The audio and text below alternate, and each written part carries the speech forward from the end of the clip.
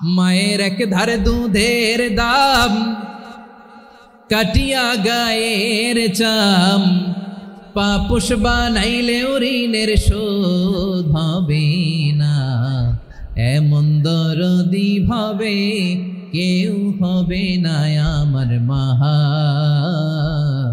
গো। মায়ের এক ধারে দুধের দাম, কাটিয়া গায়ের চাম, পাপুষ বানাইলে ঋণের শোধ হবে না।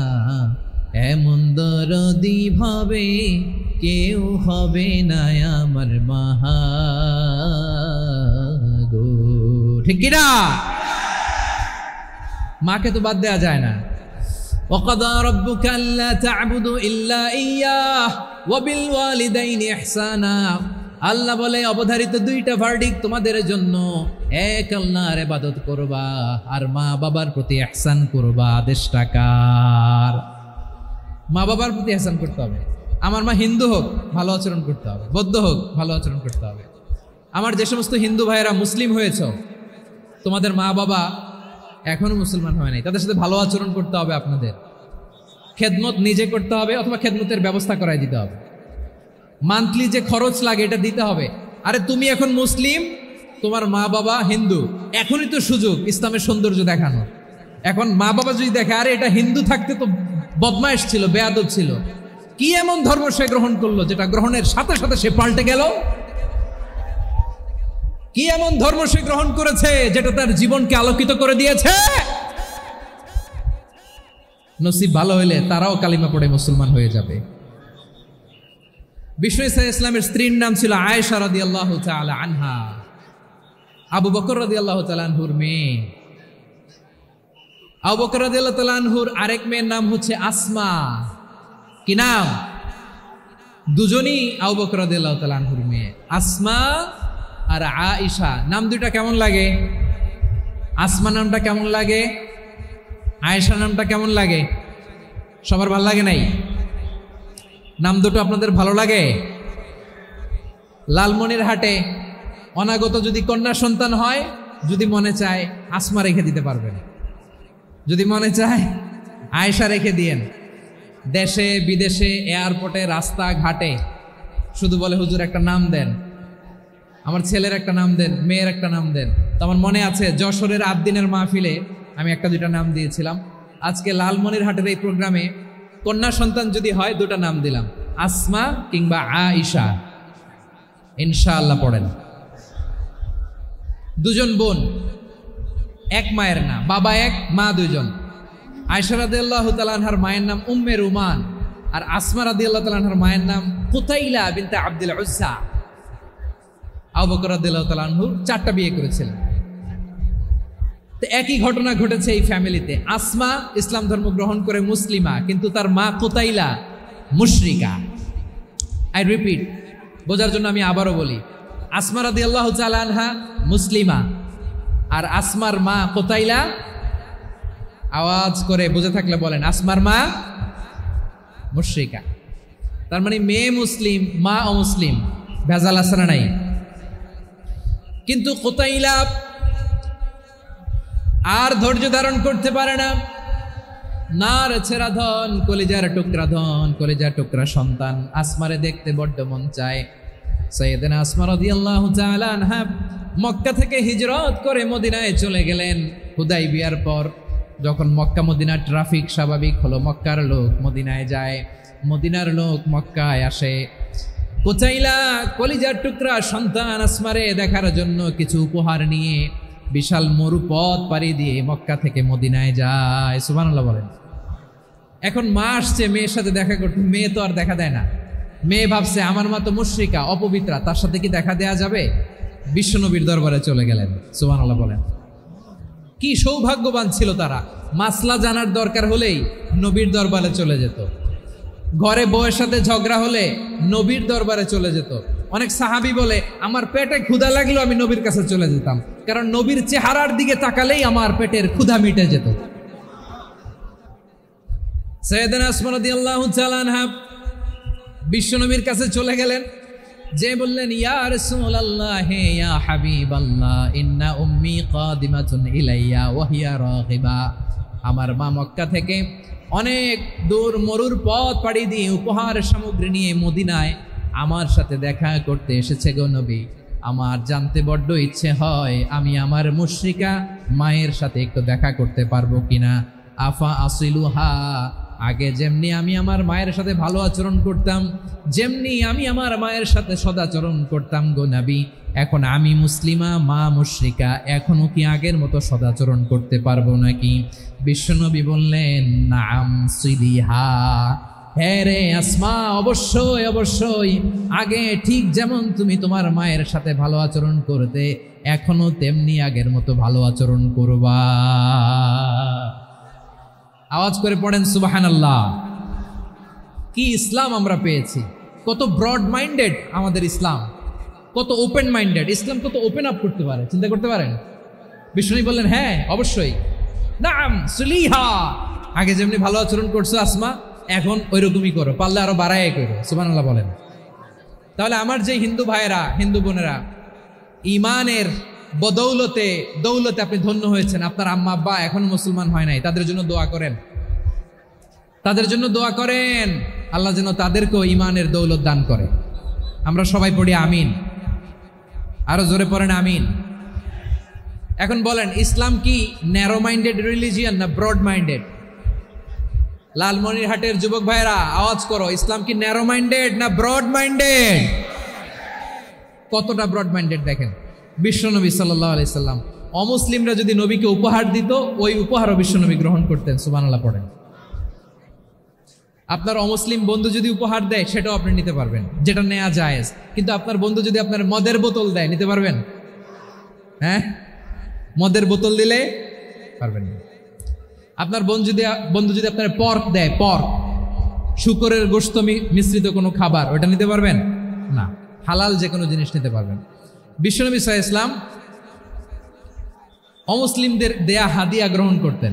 কেমন নবী ছিলেন? আমার নবীরে চিনে নেন, আমার নবীর অ্যাটিটিউড জেনে নেন। বিশ্বনবী সাল্লাল্লাহু আলাইহি ওয়াসাল্লাম যখন কোনো জনপদে যেতেন 3টা অপশন নিয়ে যেতেন। প্রিয় ভাইয়ের আওয়াজ করে বলতে হবে, কোনো জনপদে গেলে আমার নবীর অপশন থাকতো কয়টা? আমার মতো 3 আঙ্গুল উঁচু করে দেখান আর বলুন, আমার নবী কোনো জনপদে গেলে কয়টা অপশন নিয়ে যেতেন? 1 নম্বর অপশন আসলিম তাসলাম। নতুন এলাকায় গেলে বলতেন আসলিম তাসলাম, ইসলাম ধর্ম গ্রহণ করো, শান্তিতে থাকবা, আমার ভাই হয়ে যাবা, আমরা ভাই ভাই, ইসলাম মানো, আমরা ভাই ভাই। অপশন নাম্বার কত? 1। যদি বলে না ইসলাম মানবো না, ওকে, অপশন নাম্বার 2, মুসলিম হওয়ার দরকার নাই, লা ইকরাহা ফিদ্দিন, ইসলামে কোনো বাড়াবাড়ি নাই। খ্রিস্টান আসো থাকো, বৌদ্ধ আসো থাকো, ইহুদি থাকতে চাও থাকো, কিন্তু আমরা যেহেতু রিজিওনাল সুপার পাওয়ার, আমাদের আন্ডারে থাকো, ট্যাক্স দিয়া থাকো, এটার বলে জিজিয়া।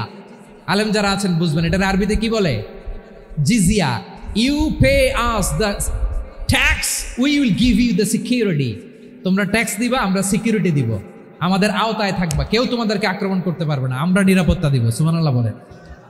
এটা অপশন নাম্বার কত? আচ্ছা, বুঝে থাকলে বলেন 1 নম্বর অপশন কি ছিল?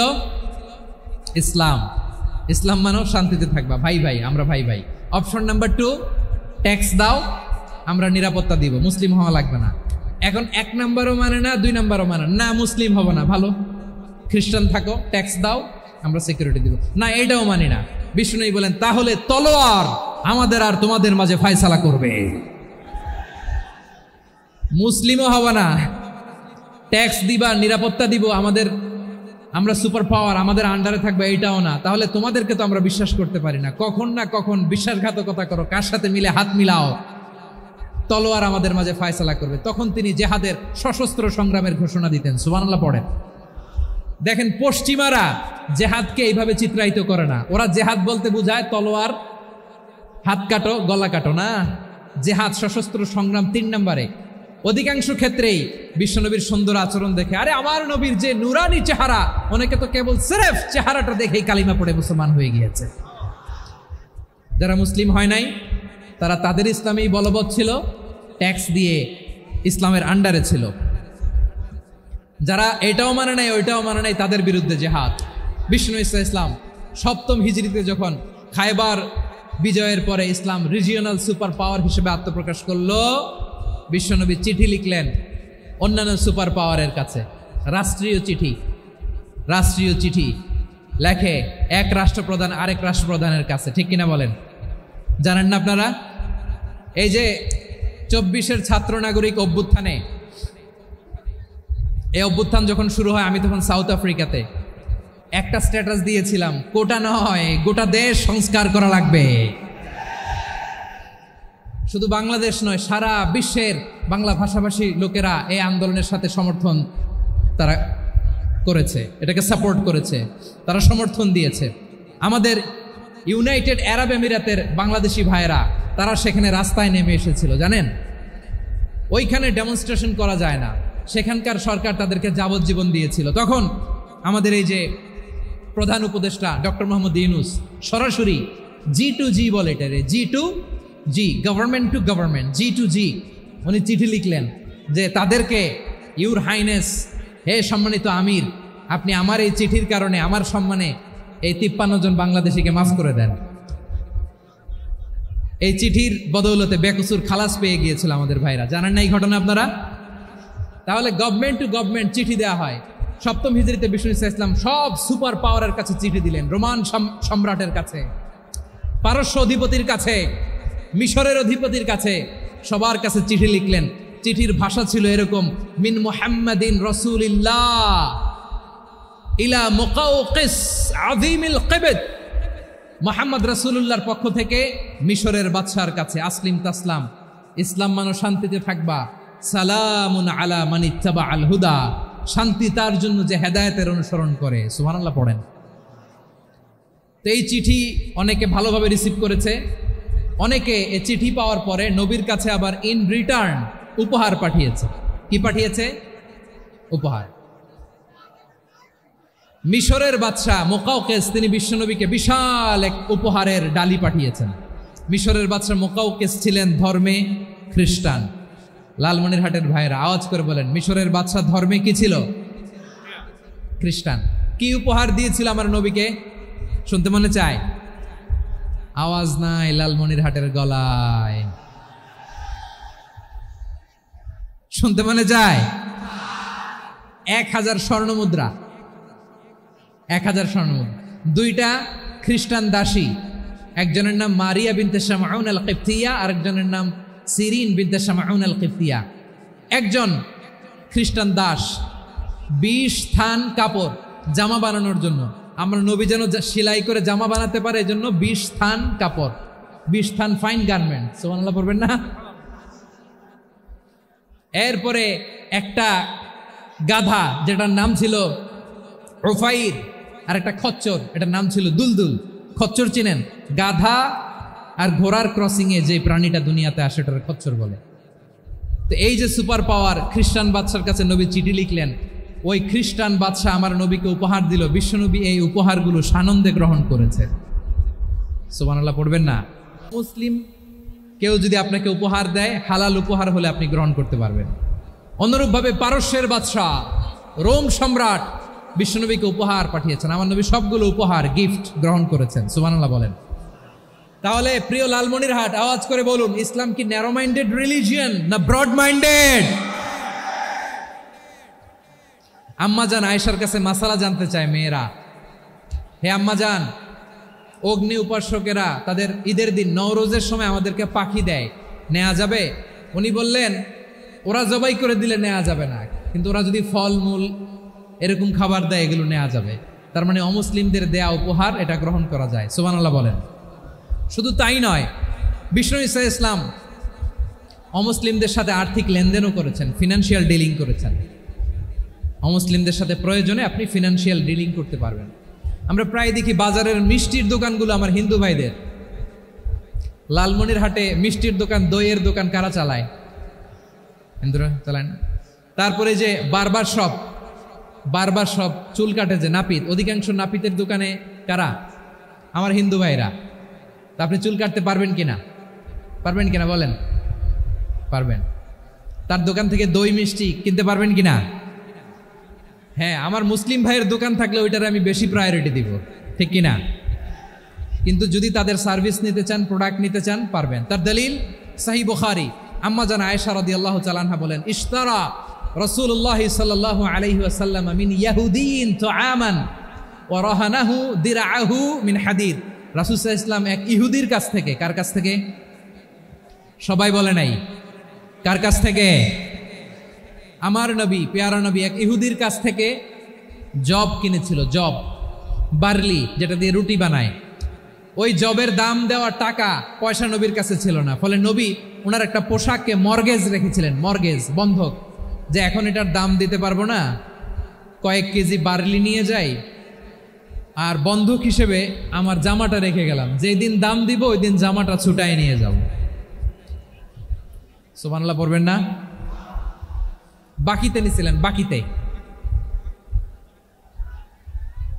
দিরআহু মিন হাদিদ, লোহার তৈরি বর্ম, মানে যুদ্ধের পোশাক, লোহা দিয়ে বানানো। বিশ্বনবী বললেন, কয়েক কেজি জব দাও, টাকাটা পরে দিব, এখন টাকা নাই, বন্ধক হিসেবে, মর্গেজ হিসেবে আমার জামা রেখে গেলাম, যখন টাকা দিব জামা ছুটায় নিব। আওয়াজ করে বলতে হবে সুবহানাল্লাহ। এ থেকে বোঝা গেল অমুসলিমদের সাথে ফিনান্সিয়াল ডিলিং করা যায়, অর্থনৈতিক লেনদেন করা যায়, কেনাবেচা করা যায়, প্রোডাক্ট কেনা যায়। এমনকি আমাদের মসজিদে নববীতে বারান্দায় আপনারা একটা অটোমেটিক ফ্লাইং আমব্রেলা দেখছেন? সূর্য যখন বাড়ে মসজিদে নববীর বারান্দায় ইয়ার্ডের মধ্যে অটোমেটিক্যালি কিছু আমব্রেলা আছে, সাঁ করে খুলে যায়, আর সূর্যের তাপ লাগে না। আবার সন্ধ্যাবেলায় এই আমব্রেলাগুলো ওরা ক্লোজ করে ফেলে, দেখেন নাই না? দেখছেন?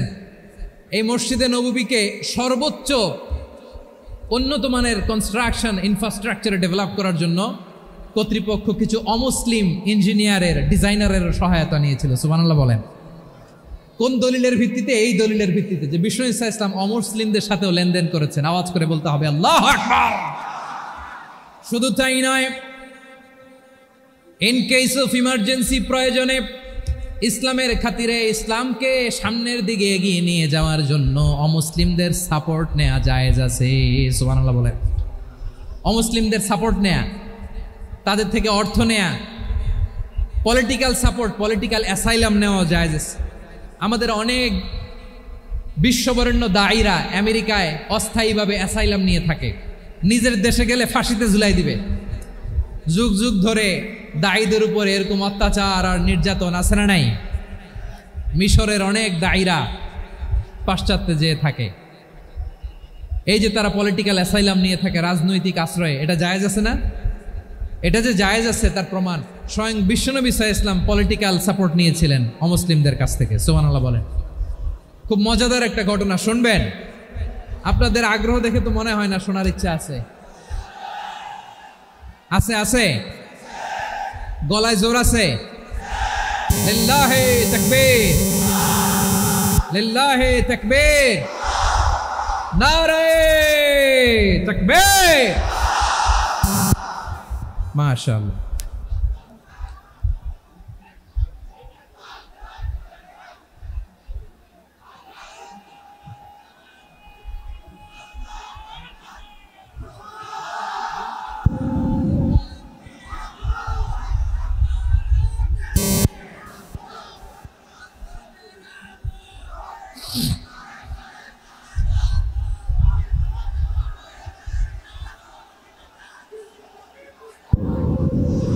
মাশাআল্লাহ, মাশাআল্লাহ।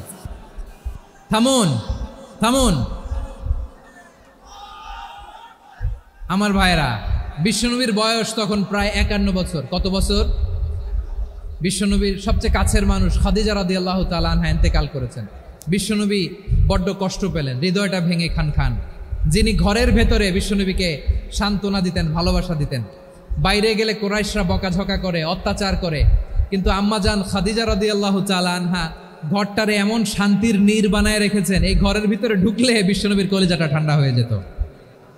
এজন্য রব্বুল আলামিন বলেন, খাদিজা, ও আমার বান্দি খাদিজা, জান্নাতে এমন স্পেশাল একটা ঘর আমি তোমার জন্য রেডি করে রেখেছি। ওই ঘরের মধ্যে কোনো আওয়াজ নাই, ওই ঘরের মধ্যে কোনো নয়েজ নাই, ওই ঘরে কোনো বিশৃঙ্খলা নাই। কারণ মক্কার জমিনে আমার নবী কুরাইশদের বিশৃঙ্খলা, নয়েজ, আর ঝামেলাগুলোকে উপেক্ষা করে যখন তোমার ঘরের ভিতরে ঢুকতো, ঘরটারে তুমি শান্তির নীর, ঠান্ডা, নীরব, নিস্তব্ধ, নিঝুম আর শান্তির নীর বানিয়ে রেখেছ। এজন্য জান্নাতে স্পেশাল একটা শান্তির নীর আমি তোমারে উপহার দেব। ওই প্রিয়তমা স্ত্রী খাদিজা ইন্তেকাল করলেন, বিশ্বনবীর হৃদয় ভেঙে খান খান। আবার ওনার চাচা আবু তালেব ইন্তেকাল করলেন, যিনি পলিটিক্যাল শেল্টার দিতেন নবীকে। কে দিতেন? আবু তালেবের ভয়ে, বিশ্বনবীর এই চাচার ভয়ে কোনো মুশরিক নবীর গায়ে হাত দেওয়ার সাহস পায় নাই। এখন স্ত্রীও নাই, চাচাও নাই, নবীকে আশ্রয় দেওয়ার কেউ নাই। নবীর চারদিকে অন্ধকার। নবী এখন কই যাবেন? আমার পেয়ারা নবী নতুন স্টেশন খুঁজতেছেন, নতুন দাওয়াতি প্ল্যাটফর্ম খুঁজতেছেন। তিনি যায়েদ বিন হারেসা রাদিয়াল্লাহু তাআলা আনহুকে নিয়ে মক্কার পাশের একটা নেইবরিং সিটি তায়েফে চলে গেলেন। কোথায় চলে গেলেন? লালমনিরহাটের ভাইয়ের আওয়াজ করে বলেন, কোথায় গেলেন? তায়েফে চলে গেলেন দিনের দাওয়াত দেওয়ার জন্য। কি দেওয়ার জন্য? নাকি জমি কিনতে গেছিলেন?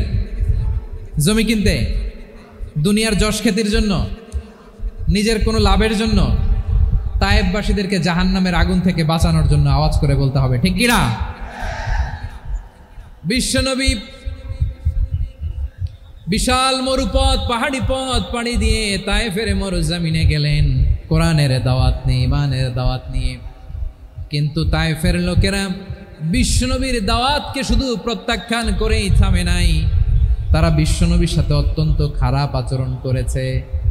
বিশ্বনবীকে শারীরিকভাবে হেনস্থা করেছে, আমার নবীকে শারীরিকভাবে অত্যাচার করেছে, আমার পেয়ারা নবীর গায়ে পাথর মেরেছে, বিশ্বনবীর গা বেয়ে ঝরঝর করে রক্ত ঝরেছে, নবী জামিনের মধ্যে লুটিয়ে পড়েছেন, আবার মেরেছে, আবার নবী হাঁটতে শুরু করলেন, পেছন থেকে আবার মেরেছে, আবার নবী রক্তাক্ত হয়ে জামিনের মধ্যে লুটিয়ে পড়লেন, আবার মেরেছে। বিশ্বনবীর মতো এত সুশ্রী মানব, বিশ্বনবীর মতো এত শুভ্র মানব, বিশ্বনবীর মতো এমন চমৎকার দেহাবয়ব দিয়ে রব্বুল আলামিন কাউকে বানান নাই। এরকম চমৎকার মানুষটাকে তারা তায়েফের ওই জমিনে রক্তাক্ত করেছে। বিশ্বনবী দুনিয়ার কোনো স্বার্থের জন্য সেখানে যান নাই, নিজের কোনো লাভের জন্য, প্রাপ্তির জন্য যান নাই, তায়েফবাসীদের জাহান্নামের আগুন থেকে বাঁচাতে গিয়েছেন। ঠিক কিনা বলেন? খেয়ে না খেয়ে দিন প্রচারের কাজে নিজেকে দিয়েছ বিলিয়ে, তায়েফের কাফিরেরা চিনল না সে আলো, দুষ্ট ছেলেদের পিছু দিল লেলিয়ে, পাথরের আঘাতে ক্ষত বিক্ষত হয়ে সারা শরীর থেকে রক্ত ঝরে। হে রাসূল তোমাকে ভুলি আমি কেমন করে, হে রাসূল তোমাকে ভুলি আমি কেমন করে। পারেন না আপনারা? ধরুন আমার সাথে, হাজার ব্যথা বেদনার পরে ফিরে আসনি তুমি আপন ঘরে, দিনের আলো তুমি ছড়িয়ে দিতে চলে গেলে মদিনায় মক্কা ছেড়ে। হে রাসূল তোমাকে ভুলি আমি কেমন করে, হে রাসূল তোমাকে ভুলি আমি কেমন করে। ঠিক কিনা বলেন? প্রিয় ভাইরা, তায়েফের ছেলেরা নবীকে রক্তাক্ত করলো। আমার নবী কই যাবে? কই যাবে? মক্কায় জায়গা নাই, তায়েফে জায়গা নাই। তায়েফ থেকে ভারাক্রান্ত মন নিয়ে আমার নবী মক্কায় ফিরে আসলেন। বিশ্বনবী মক্কায় ঢুকতে পারেন না। মক্কার মরুভূমির দিকে তাকিয়ে, উপত্যকার দিকে তাকিয়ে বিশ্বনবী ধা ধা করে কাঁদেন, ঝরঝর করে নবীর চেহারা মোবারক থেকে চোখের পানিগুলো বেয়ে বেয়ে পড়ে। আমার জন্মস্থান, আমার শৈশব, কৈশোর, যৌবন কেটেছে এই মক্কায়, আমার এলাকায় আমি ঢুকতে পারি না। বিশ্বনবী মক্কার অনতি দূরে দাঁড়িয়ে জায়েদকে পাঠালেন, জায়েদ যাও দেখো কেউ আমাকে সাপোর্ট করার মতো আছে কিনা, যাও অমুকের কাছে যাও। জায়েদ গেলেন, তারাও প্রত্যাখ্যান করে ফিরিয়ে দেয়। বিশ্বনবী বললেন যাও অমুক লোকের কাছে যাও, তিনিও প্রত্যাখ্যান করে ফিরিয়ে দিলেন। কেউ বিশ্বনবীকে আশ্রয় দিতে রাজি হয় না। নিজ জন্মভূমিতে বিতাড়িত বিশ্বনবী সর্বশেষ বিশ্বনবী বললেন, যাও মুতঈম ইবনে আদির ঘরে যাও। মুতঈম ইবনে আদি মুশরিক, তার কাছে যাও। গেলেন, মুতঈম ইবনে আদি রাজি হয়ে গেল। সুবহানাল্লাহ বলেন। দেখেন, অনেক বিপদের সময়ও আমি নিজে সাক্ষী, সামাজিকভাবে রাজনৈতিকভাবে কত ঝঞ্ঝা, কত ষড়যন্ত্র, কত কনস্পাইরেসি পাড়ি দিয়ে আমাদেরকে সামনে এগিয়ে যেতে হয়। এই শত্রুদের ভেতরেও একজনকে দাঁড় করিয়ে দেয় যে আল্লাহর কোরআনের জন্য রেডি হয়ে যায়। পড়েন সুবহানাল্লাহ। মুতঈম ইবনে আদি, আল্লাহ তার মনকে নরম করে দিলেন। মুতঈম বলে, মুহাম্মদ আমি তোমাকে আশ্রয় দিব। তার দুই ছেলেকে পাঠালেন, যাও খোলা তলোয়ার নিয়ে, স্কট দিয়ে, গার্ড অফ অনার দিয়ে মোহাম্মদকে মক্কায় ঢুকাও, আর বলো আমি আমান দেব। আমান কি দিব? আমান মানে সিকিউরিটি, নিরাপত্তা। সিকিউরিটি ছাড়া, আমান দেওয়া ছাড়া কেউ থাকতে পারতো না মক্কায়। দুই ছেলে বিষ্ণু ঈসা ইসলামকে নিয়ে আসলো। নবী কাবার চারদিকে তাওয়াফ করলেন, নামাজ পড়লেন। আবু জাহেল, উতবা, শাইবা, ওয়ালিদ ইবনে মুগীরা সবাই দেখে, কেউ কিছু করতে পারে না। কারণ মুতঈম ইবনে আদি ঘোষণা দিয়েছেন, আমি মুহাম্মদকে আমান দিয়েছি, মুহাম্মদের গায়ে যেন কেউ স্পর্শ না করে। আওয়াজ করে পড়েন সুবহানাল্লাহ। নবীর এই বিপদকালে মুহূর্তে মুতঈমের হৃদয়টারে নরম করে দিল কে? আচ্ছা, লালমনিরহাটের ভাইয়েরা বলেন, এই মুতঈম কি মুসলিম ছিল না মুশরিক? সবাই বলতে হবে, মুসলিম না মুশরিক? তাহলে মুশরিকের কাছ থেকে নবী পলিটিক্যাল অ্যাসাইলাম, আধুনিক রাষ্ট্রবিজ্ঞানের ভাষায় পলিটিক্যাল অ্যাসাইলাম, যেটাকে বলে রাজনৈতিক আশ্রয়, ওনার আমান বা নিরাপত্তার এই ঘোষণায় তিনি মক্কায় ঢুকলেন। যতদিন নিরাপত্তা ছিল ছিলেন। মুতঈম যখন মারা গেল, বিষ্ণু ঈসা ইসলাম হিজরত করে মদিনায় চলে গেলেন। সুবহানাল্লাহ। কিন্তু মুতঈম যে বিশ্বনবীর উপকার করছে, এটা বিশ্বনবী ভুলে নাই। আমাদের অনেকে আছে, উপকার করার পরে আর খেয়াল থাকে না, খাওয়ার পরে গলা দিয়ে নামলে আর খেয়াল থাকে না। এরকম আছে না নাই? আমার নবী ভুলে নাই। বদরের প্রান্তরে 70 জন কাফেরকে যখন বন্দি করে বিশ্বনবীর সামনে হাঁটু গেড়ে দাঁড় করানো হলো, বসানো হলো, 70 জন কাফের। কয়জন? বিশ্বনবী তাদের দিকে তাকিয়ে বললেন, সহিহ বুখারীর বর্ণনা, লাউ কানাল মুতঈম ইবনে আদি হাইয়ান সুম্মা কাল্লামানি হাউলাইন নাতনা লা তারাকতুহুম লাহু।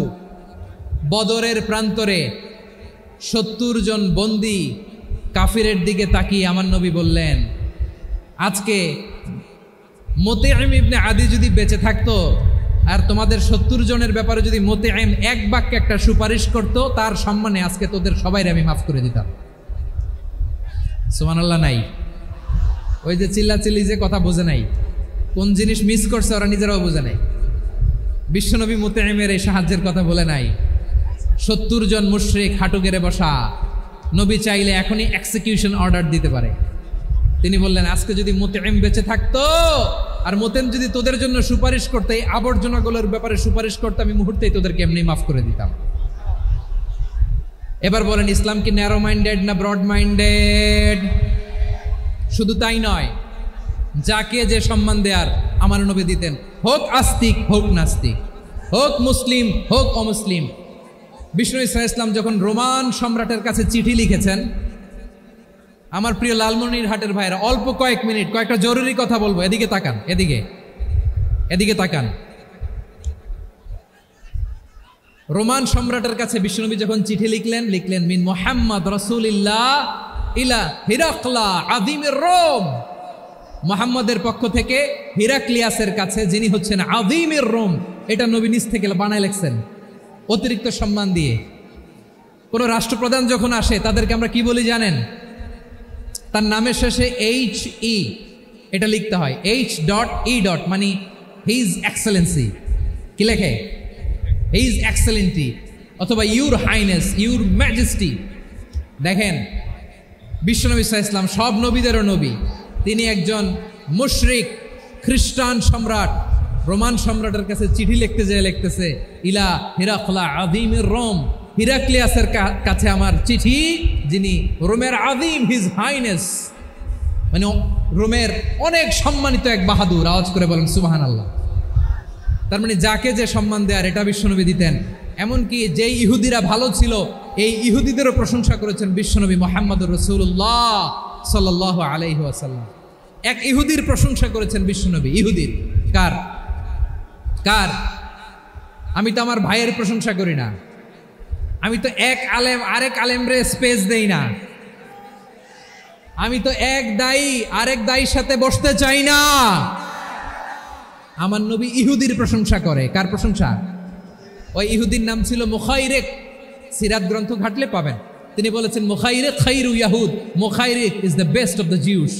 জুইসদের মধ্যে সে সবচেয়ে ভালো। কেন প্রশংসা করলেন তার? এর কারণ মদিনা চার্টারে কথা ছিল সব ধর্মের মুসলিম, মুশরিক, ইহুদিরা মিলে মদিনাকে রক্ষা করবে।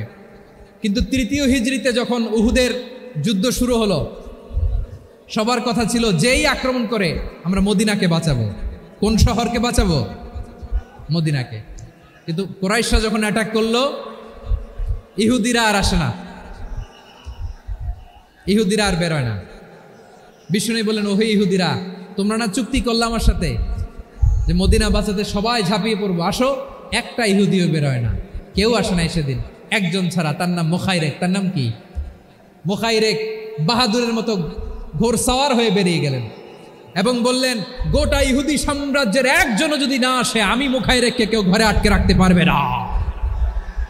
বেরিয়ে আসলেন, এসে বললেন, আমি মুহাম্মদের পক্ষে যুদ্ধ করব। আমি মারা গেলে আমার সম্পদ আমার উত্তরাধিকারীরা পাবে না, আমার সম্পদ তোমরা মুহাম্মদকে দিয়ে দিবা। সুবহানাল্লাহ বলেন।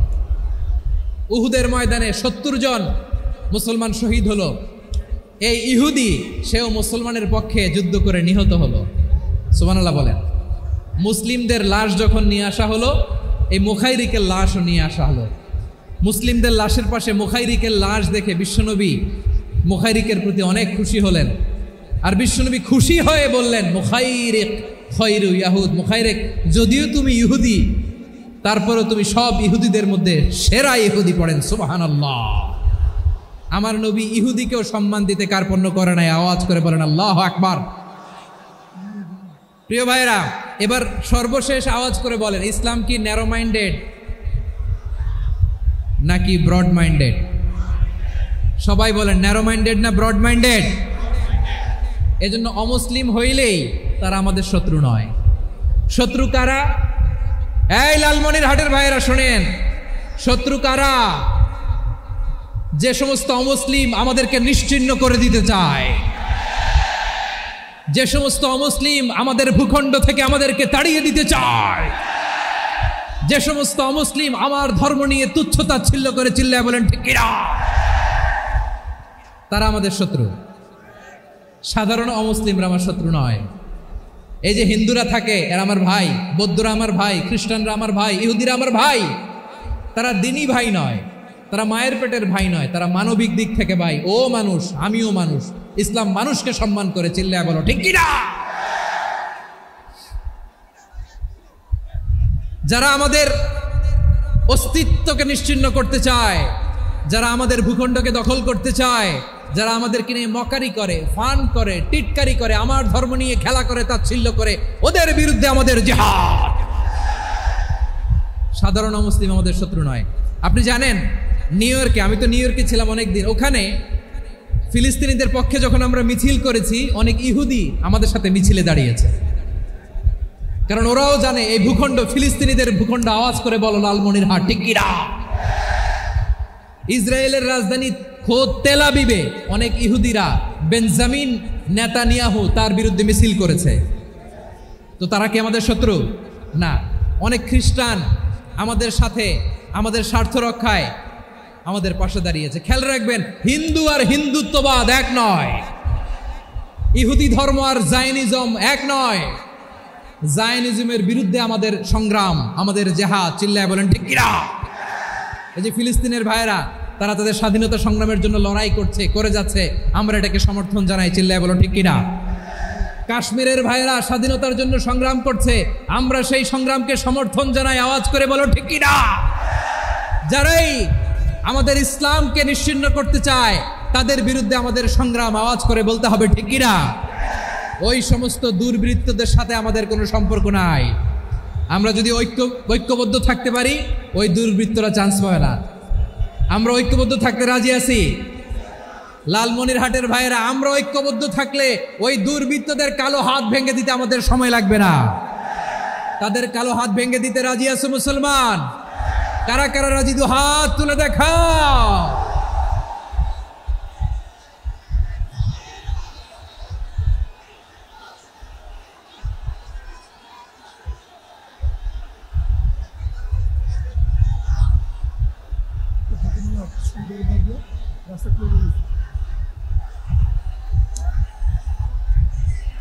আমার প্রাণ প্রিয় লালমনিরহাটের ভাইয়েরা, শত্রু কাফের আর অশত্রু কাফেরের মধ্যে পার্থক্য আছে না নাই? আবু তালেবও মুশরিক, আবু জাহেলও মুশরিক, কিন্তু দুই মুশরিকে পার্থক্য আছে না নাই? আবু তালেব নবীর চাচা, মুশরিক, মারা গিয়েছে মুশরিক অবস্থায়, কিন্তু আজীবন আমার নবীকে আগলে রেখেছে, আমার নবীকে সাপোর্ট করেছে, ভালোবেসেছে। আবু জাহেলও মুশরিক, মারা গিয়েছে মুশরিক হিসেবে, আজীবন আমার নবীর বিরুদ্ধাচরণ করেছে।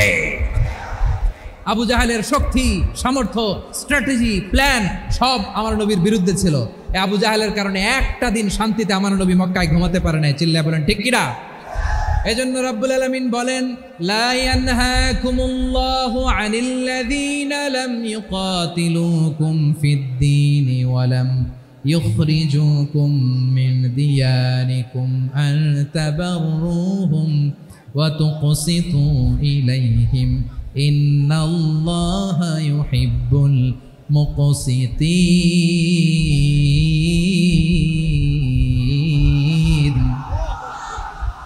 আল্লাহ বলে, গোলামেরা শোনো শোনো, যে সমস্ত অমুসলিম তোমাদের সাথে ধর্মযুদ্ধে লিপ্ত হয় না, তোমাদের বিরুদ্ধে যে সমস্ত অমুসলিম অস্ত্র ধরে না, যে সমস্ত অমুসলিম তোমাদেরকে তোমাদের জন্মস্থান থেকে, ভূখণ্ড থেকে তাড়িয়ে দেয় না, তাদের সাথে ভালো আচরণ করতে আমি আল্লাহ নিষেধ করি নাই। তাদের সাথে সদাচরণে কোনো নিষেধাজ্ঞা নাই, বরং তাদের সাথে সদাচরণ করো, এটাই আমি আল্লাহ চাই। তাহলে আমার যে অমুসলিমরা আমাদের সাথে শত্রুতা করে না, তুচ্ছতাচ্ছিল্য করে না, আমাদের ভূমি থেকে আমাদেরকে উচ্ছেদ করতে চায় না, আমাদের বিরুদ্ধে অস্ত্র ধরে না, ওই অমুসলিম ভাইদের সাথে আমাদের কোনো দ্বন্দ্ব আছে? কোনো বিরোধ আছে? বরং আছে ভালোবাসা। বরং আছে কি? এই ভালোবাসা দিয়ে আমরা বিশ্ব জয় করব। রাজি আছো মুসলমান? আমাদের পুঁজি ভালোবাসা। আমাদের পুঁজি কি? এবার আওয়াজ করে বলেন, আমার এই পুরো আলোচনা থেকে the religious coexistence, peaceful coexistence, শান্তিপূর্ণ সহাবস্থান, কমিউনাল হারমোনি, এই সাম্প্রদায়িক সম্প্রীতি, এই আলোচনা থেকে কি বুঝলেন? ইসলাম কি ন্যারো মাইন্ডেড না ব্রড মাইন্ডেড? এই ব্রড মাইন্ডেড হৃদয় নিয়ে, ভালোবাসা দিয়ে আমরা বিশ্ব জয় করতে চাই। রাজি আছেন? আল্লাহ কবুল করুক, আমরা সবাই পড়ি আমিন। লালমনিরহাটের জেলা স্টেডিয়ামে আমার প্রিয় মায়েরা, বোনেরা, আপনাদের জন্য একটা হাদিস বলে শেষ করব। বিশ্বনবী বলেন, আমার মায়েরা খেয়াল করে শুনুন, বিশ্বনবী আপনাদের উদ্দেশ্য করে বলেন, আল মারআতু ইযা সাল্লাত খামসাহা ওয়া সামাত শাহরাহা হাফিজাত ফুরুজাহা আতাআত বা'লাহা ফালতাদখুল মিন আইয়ি আবওয়াবিল জান্নাতি শাআত। বিশ্বনবী বলেন, ও রমণীরা, ও নারীরা, যে সমস্ত নারী এই চারটা কাজ করবে, এই চারটা কাজের গ্যারান্টি দিবে, তাদেরকে জান্নাতের 8টা দরজার গ্যারান্টি দেয়া হবে। কি চারটা কাজ? 1 নম্বর, আল মারআতু ইযা সাল্লাত খামসাহা, যে নারী 5 ওয়াক্ত নামাজ পড়ে। কি করে? জেলা স্টেডিয়ামে অবস্থানরত আমার নারীরা, বোনেরা, বিশ্বনবী আপনাদেরকে 4টা কাজের কথা বলেছেন, খুব বেশি না। 4টা করলে 8 জান্নাতের দরজা সব খোলা। কোনটা দিয়ে যাবেন? যেটা দিয়ে মনে চায়। 1 নম্বর 5 ওয়াক্ত নামাজ। আমার বোনেরা জোহরের নামাজ পড়তে পড়তে এটা আসরে নিয়ে যায়, আসর পড়তে পড়তে এটা মাগরিবে নিয়ে যায়। এরকম আসরা নাই? লালমনিরহাটে হয়তো নাই। আমার বোনেরা এটা করবেন না। ইন্নাস সালাতা কানাত আলাল মুমিনিনা কিতাবাম মাওকুতা, সময় মতো পড়বেন। সামাত শাহরা, রমাদানের রোজাগুলো রাখবেন। হাফিজাত ফুরুজাহা, যে নারী তার চরিত্রকে হেফাজত করে, তার প্রাইভেট হেফাজত করে, তার লজ্জাস্থান হেফাজত করে। ও মায়েরা, গর্ভ যে কত দামি আপনি জানেন না। আপনার এই গর্ভ থেকে জন্মাবে আগামীর সালাহুদ্দিন আল আইয়ুবী। আপনার গর্ভ থেকেই জন্মাবে ইমাম আল মাহদি আল মুনতাজার। আপনার পেট থেকে জন্মাবে আবু সাইদের মতো বীর সৈনিক। আপনার পেট থেকে জন্মাবে মুগ্ধের মতো বীর মুজাহিদ। আপনি জানেন না কে আসবে আপনার পেট থেকে। সময়টাকে কাজে লাগান, ইসলামকে বুঝেন, মানেন, আমাদের ইসলামিক লেকচারগুলো শোনেন। আমরা যে বার্তাগুলো, ইনস্ট্রাকশনগুলো, দিক নির্দেশনাগুলো আপনাদের খেদমতে রাখি, এগুলো মেনে চলুন। আপনিই পারেন আপনার ঘরটাকে জান্নাতের টুকরা বানাতে। একটা family, it's a very big institution and you are the MD, the managing director of this institution. চিল্লায় বলেন ঠিক কিনা? চাইলেই পারেন ঘরটারে জান্নাতের টুকরা বানাতে। 5 ওয়াক্ত সালাত, রমাদানের রোজা, নিজের চরিত্রের হেফাজত, ও আতাআত বা'লাহা, স্বামীর আনুগত্য। এটাতে অনেকে ভুল করে থাকে। হায় রে আমার বোনেরা, স্বামীর আনুগত্যকে এটা নিজের অপমান মনে করবেন না। আপনার স্বামী আপনার সবচেয়ে বড় গার্ডিয়ান, তিনি আপনার সবচেয়ে ভালো চায়। নারী কখনো গার্ডিয়ানশিপের বাইরে থাকতে পারে না। হয় আপনি বাবার গার্ডিয়ানশিপের ভেতরে, বাপ না থাকলে ভাই আপনার গার্ডিয়ান, ভাই না থাকলে চাচা গার্ডিয়ান, বিয়ের পরে আপনার স্বামী আপনার গার্ডিয়ান। শরিয়া সম্মত স্বামীর আদেশগুলো আপনি মেনে চলবেন, কিন্তু শরিয়া বিরুদ্ধ কোনো আদেশ মানতে আপনি বাধ্য নয়। আওয়াজ করে বলুন সবাই, ঠিক কিনা? এই 4টা কাজ যদি কোনো নারী করে, বিশ্বনবী বলেন জান্নাতের 8টা দরজা খোলা, তোমার যেটা দিয়ে মনে চায় সেটা দিয়ে জান্নাতে তুমি এন্ট্রি নিতে পারবা।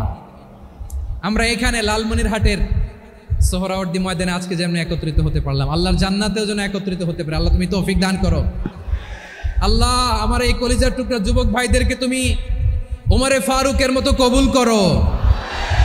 জেলা স্টেডিয়ামে অবস্থানরত আমার মা বোনদেরকে তুমি ফাতেমার মতো, খাদিজার মতো কবুল করো। আমাদের কলিজার টুকরা সন্তানদেরকে তুমি সালাউদ্দিন আল আইয়ুবীর মতো কবুল করো। এই যে ইসলামিক সোসাইটি লালমনিরহাটকে আল্লাহ তুমি কবুল করো। আল্লাহ যে কথাগুলো বললাম এগুলো প্রথমে আমাকে, আমার সব ভাইদেরকে আমল করার তৌফিক দান করো।